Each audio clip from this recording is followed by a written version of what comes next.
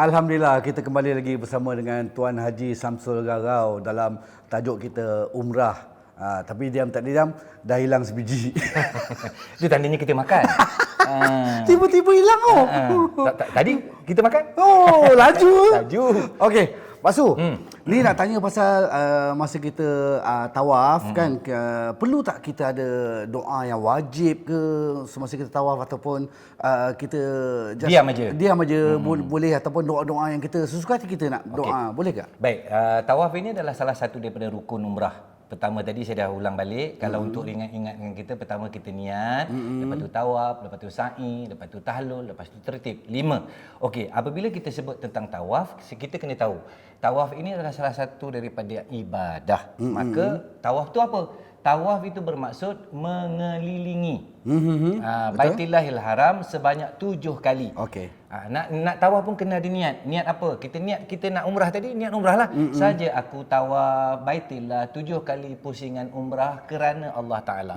Kalau kita nak tawaf sunat, boleh tak? Boleh. Saja aku tawaf sunat 7 kali pusingan Baitillah kerana Allah Ta'ala. Bermula daripada dipanggil rukun. 4 segi. Kalau kata ini Kaabah ni, dia ada 4 segi. Bermula daripada rukun Hajar Aswad, lepas tu berakhir juga di rukun Hajarul Aswad. So bila bermula di situ, dia ulama mengajar kita melalui Nabi SAW, bermula bila kita dah niat, kita sampai, kita istilam dia panggil. Istilam. Bismillah, Allahu Akbar, Allahu Akbar. Kita cium, lepas tu kita bermulalah dengan langkah kanan boleh, langkah kiri boleh. Dan dia diajar kepada kita beberapa doa. Kalau hafal lagi cantik, tak hafal pun tak apa, boleh kalau baca. Kalau membaca pun boleh? Boleh. Kita sambil kita buka ni tunjukkan. Ya Allah, janganlah engkau jadikan ziarah hamba ini sebagai tempat yang mulia ini sebagai ziarah yang penghabisan. Sambil-sambil kita ni, tapi janganlah kuat-kuat. Okey. Dan bertawaf ini, macam Pak Su cakap awal-awal tadi, di bawah sikit daripada sembahyang. Kena wajib berwuduk. Tak boleh lah kalau kita nak tawaf dengan tak ada wuduk. Batal wuduk, batal lah tawaf kita tu. So kita tengah jalan, terbuang angin, terkuntut.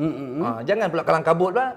Tawaf sampai pusingan habis, pergi ambil wuduk. Keluar ke pintu tu. Ni ada contoh botol wuduk. Nanti kita tunjuk macam mana kita nak ambil wuduk. Okey. Batal ke semua pusingan? Katalah kita sedang bertawaf pusingan yang ketiga. So, pusingan ketiga tu kita tengah pusing, terkentut. Bila terkentut, pusingan ketiga tu saja batal. Okey. So, kita pun pergi berhenti sekejap, ambil wuduk. Sambung. Kita mula balik dekat Hajarul Aswad tadi.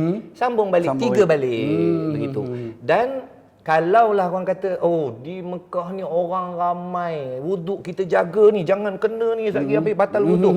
Okey. Tu macam mana? Untuk jumhur ulama seluruh dunia berpendapat ketika tawaf itu maka ada darurah dipanggil. Okey. Jadi dibolehkan. Bukanlah sengaja nak pergi sentuh orang kan semua. Menyamai mengada tu. Nanti lalu ni tengok orang kata Syria ke, tengok orang Turki, lawa sangat ni kan. Okey. Abang Roy pun pandang jeling. Apa contoh aku? Contoh. Okey. Cuit. Okey. Tak boleh lagi tu. Maksud dia kalaulah terkena bau ke kaki ke tercuit ke tak batal. Sebab dipanggil darurah. Darurah. Ketika tawaf tu saja. Tawaf saja. So kita tawaf cukup 7 kali. Okey. Di sini Pak Su ada tunjuklah beberapa contoh. Ini bukan orang kata tasbih untuk kita nak kira orang ke apa ke zikir ke tidak. Ini antara dipanggil tasbih untuk kita nak bertawaf. Okey, dia ada 7 di sini. 1, 2, 3, 4, 5, 6, 7. So satu pusingan kita pun tarik satu. Takut terlupa. Takut terlupa sebab kita manusia. Manusia ini tak sempurna. Mudah lupa. Kan? Jadi kita pun pusing. Masuk pusingan yang pertama kita tarik satu. Okey, lepas tu kita pun berdoa. Kalau kita tak hafal, boleh ke? Boleh, nak diam saja pun boleh. Tapi dah halang berpusing tu elok berdoa lah. Itulah dia. Ataupun orang kata dia pandai baca Quran, nak baca Quran pun boleh. Boleh. Ataupun dia nak tasbih saja. Subhanallah, subhanallah, subhanallah, subhanallah pun boleh. Dia nak istighfar pun boleh. Astaghfirullahalazim allazi la ilaha illa huwal hayyul qayyum wa atubu ilaih, kan. Dia pusing. Ataupun dia nak berdoa sendiri macam tadi Abang Roy kata, rugilah. Macam Pak Su Pak Su sebanyak 7 pusingan tu, Pak Su buat pusingan pertama doa untuk diri sendiri. Ya Allah, ampunkan dosaku ya Allah, sambil kita tawab tu. Okey. Tapi janganlah pejam mata. Nanti kita langgar orang ke apa Betul ke. juga.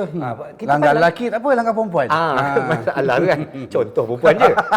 Tu kan contoh. Ya. Ya Allah, ampunkan dosaku. Nak tadah tangan ke? Tadah tangan boleh, tak tadah tangan boleh. Cakap aje.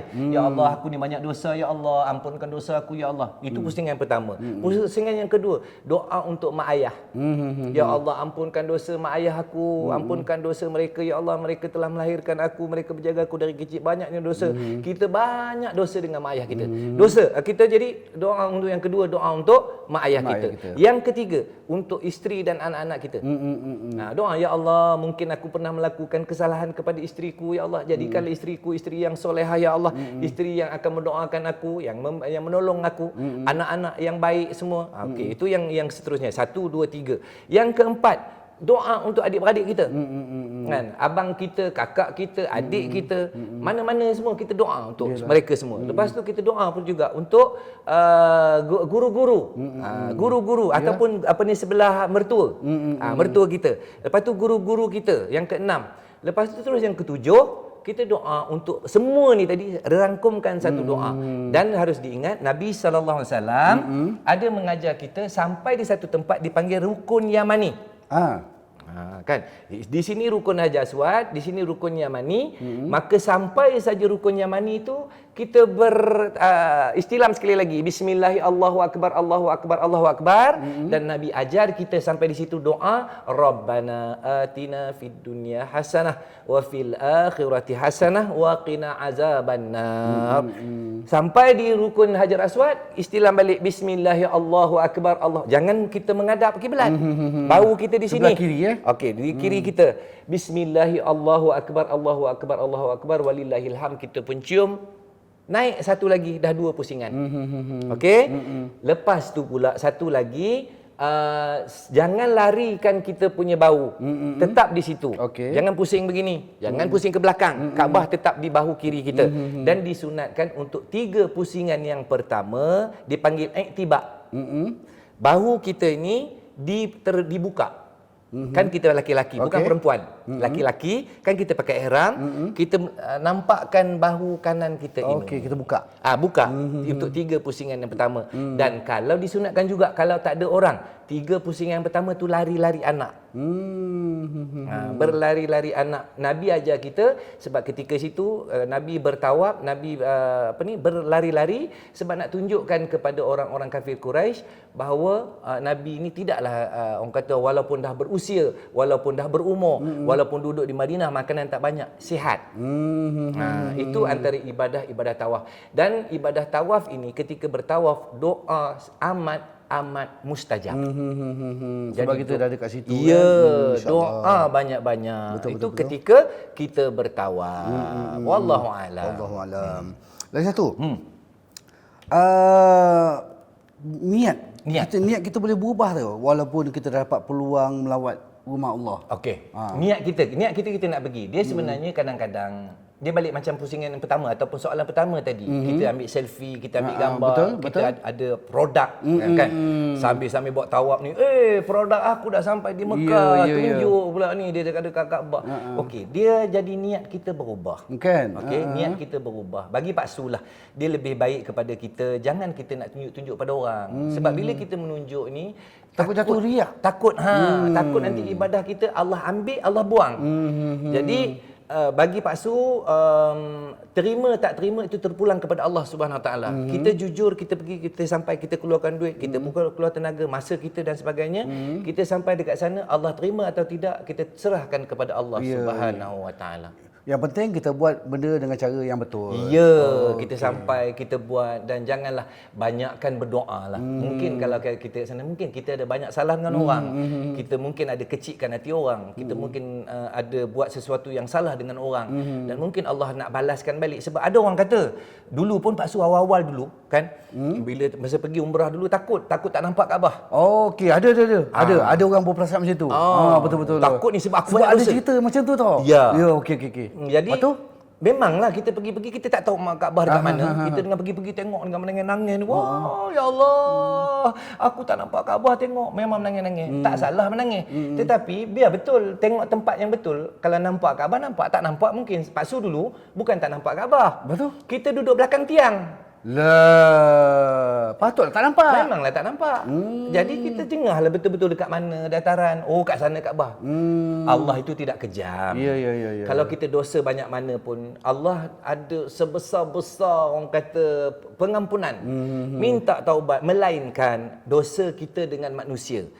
Pak Su nasihat kepada Abang Roy, kepada semua bakal-bakal jemaah umrah ini, sebelum pergi kadang-kadang tengok tak ada orang nak pergi umrah dia buat kenduri. Ya betul. Ada kenduri, ada WhatsApp, minta ampun, minta maaf. Ya, sebab kalau ada hutang, ada salah silap dengan sesama manusia, Allah ini dengan dia akan ampunkan. Kalau siang hari, ini ada hadis, hadis sahih. Kalau siang hari kita buat dosa setinggi langit, malam hari kita mohon ampun dosa kita yang setinggi langit, itu Allah akan ampunkan. Melainkan dosa kita sesama manusia. Maka kalau betul kata Abang Roy tadi, Assalamualaikum, saya esok saya nak melaksanakan ibadah umrah, minta ampun, minta maaf pada saya kalau ada salah silap. Sebab apa? Sebab kita takut nanti ibadah umrah kita yang kita buat nanti tidak diterima oleh Allah SWT kerana dosa kita dengan orang lain. Ada hutang ke, ada salah silap dengan orang, kita kena jumpa orang tu, minta maaf, minta ampun. Hutang bank? Hutang, okey. Hutang bank ni dia lain cerita pula. Okey. Hutang bank ni sebab dia hutang yang panjang. Okey. Takkan aku nak tunggu habis rumah. Rumah katalah 1 juta kata contoh kan. Nak membayar macam mana kita kan bayar bulan-bulan. So hutang kereta, hutang rumah, itu berbeza. Yang hutang ni dimaksudkan mungkin hutang kita dijanji dengan orang. Aku nak bayar ni. Minggu depan contohnya. Aku nak bayar, sudah lupa. Jadi kita pun tak ingat. Sedangkan hutang itu tetap hutang. Maka cubalah kita cari, cuba kita ingat-ingatkan, mungkin sebelum kita pergi ibadah, kita menunaikan ibadah umrah ni, kita mohon dengan asbab kita bayar hutang dengan orang, nanti ibadah kita ni Allah terima dan Allah permudahkan segala urusan ibadah kita. InsyaAllah, amin. Lagi satu, macam Pak Su pernah nampak tak ada orang kadang-kadang tu dekat Kaabah, dekat Mekah, ada jual produk juga. Dia berniaga lah. Dia berniaga kat dalam tu. Boleh ke? Bab berniaga ni dia jadi satu benda sebab kadang-kadang manusia ni kita nakkan konon-kononnya bila dekat Kaabah ni dia rapat. Kan macam ambil berkat. Islam ni berkat. Okey. Terpulanglah bagi Pak Su tidaklah kata nak menyalahkan, tetapi kalaulah betul-betul contoh nak buat live dekat dalam tu kan, guys kalau ni nak buat, dia jadi satu perniagaan. Sebab nanti Abang Roy kena pesan kepada semua jemaah, sampai di sana nanti ada orang lepas tawaf sa'i nanti dia akan ajak kita tanya nak cium Hajar Aswad tak? Betul. Okey. Kan? Dia lepas tu kita kata nak lah. Okey, nak kita nak cium. Tapi rupanya dia bawa 4 orang. 4 orang dia tolak, bawa kita kat tengah-tengah, tolak orang, lepas tu dia bagi kita cium. Lepas kita cium, kita pun keluar dengan dia, lepas tu dia minta duit. Okey, dia charge. Dia charge. Dia kata, kita pun tanya, berapa? Satu orang ni kena bayar 400 rial. 400 rial. Sebab apa? Sebab cium Hajar Aswad je. Masya Allah. Kalau kita ada duit nak bayar, tak ada masalah. Betul. Tetapi, banyak tu. Kan banyak tu. Jadi benda tu dia jadi perniagaan. Jadi nasihat Pak Su kepada semua jemaah Abang Roy nanti, ataupun semua yang sedang menonton rancangan ini, kalau boleh kita elakkan. Begitu juga, ada juga di tempat tahallul. Tempat kita gunting. Ada anak-anak yang comel-comel kat depan tu. Oh lah, kalau tengok digeram tengok. Anak-anak daripada Uzbekistan, daripada Syria, yang lawa-lawa ni. Kan, tahallul-tahallul dia sedia siap gunting. Okey. Kita pun tak bawa gunting nak tahallul ni. Kita pun minta dia, Ahmad panggil dia. Dia pun bagi dia hulur gunting. Dia siap gunting dengan kita. Dia minta 50 rial. Okey. Kan? Oi, 50 rial duit kita besar tu. Iyalah, betul. Kan? Jadi itu juga adalah perniagaan. Jadi mungkin benda-benda begitu bagi Pak Su, kalau kita tak tahu, kita buat juga tak jadi salah. Tetapi mungkin pandangan orang nanti takut fitnah. Kau ni pergi ibadah ke kau nak menunjuk-nunjuk ke orang? Kedua lagi kau nak berniaga sangat ke kan? Kita jangan show off lah kan. Kalau sebaik-baiknya buat biar kenangan abadi untuk sendiri-sendiri. Ya, betul. Dengan ahli keluarga. Ya, betul. Okey, faham. Okey. Kita buat pinjaman untuk melakukan umrah. Macam mana? Kita duit tak cukup, tapi kita dah lock ni, date ni kita nak pergi. Lepas tu duit cukup, kita buat pinjaman. Mungkin dekat orang ke ataupun dekat bank ke, macam mana? Baik, begini. Allah SWT ni memanggil kita sebagai tetamu dia. Kalau dia panggil kita, bermakna dia akan cukupkan segala-galanya. Tetapi mungkin ada orang, dia mungkin dengan cost of living yang very high, dia punya perbelanjaan yang besar, Terlari sikit. Bagi Pak Su lah, ini pendapat Pak Su Oh, peribadi. pendapat sendiri.